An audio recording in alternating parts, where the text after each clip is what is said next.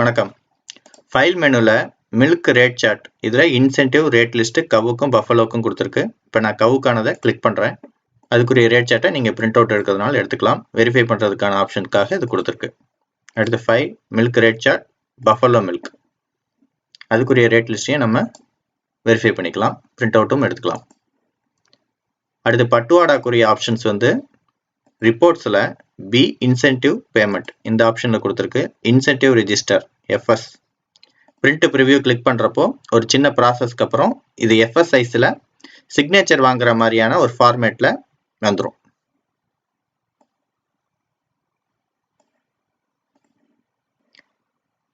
A4ல வேணுனாலும் incentive register A4ங்கிற இந்த ஆப்ஷனை கிளிக் பண்ணிட்டு பிரிண்ட் ப்ரிவ்யூ கிளிக் பண்ணுங்க. பேஜுக்கு 10 நபர்கள் வர்ற மாதிரியான A4 ஃபார்மேட்ல வந்துடும் உங்களுக்கு.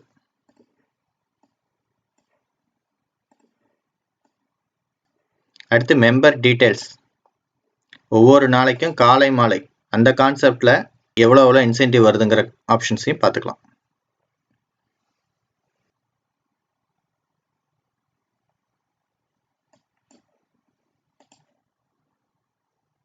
நெக்ஸ்ட் ரிப்போர்ட்ஸ்ல ஏ பேங்க் பேமெண்ட் ரிப்போர்ட்.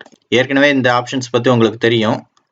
பட்டுவாடாங்கிறப்போ நார்மலான பட்டுவாடா ஆப்ஷன்ஸ் வந்துடும். ஊக்கத்தொகை அப்படின்னு கொடுத்துட்டோம்னா அதுக்குரிய பேங்க் லிஸ்ட் உங்களுக்கு ப்ரிப்பேர் பண்ணிக்கலாம்.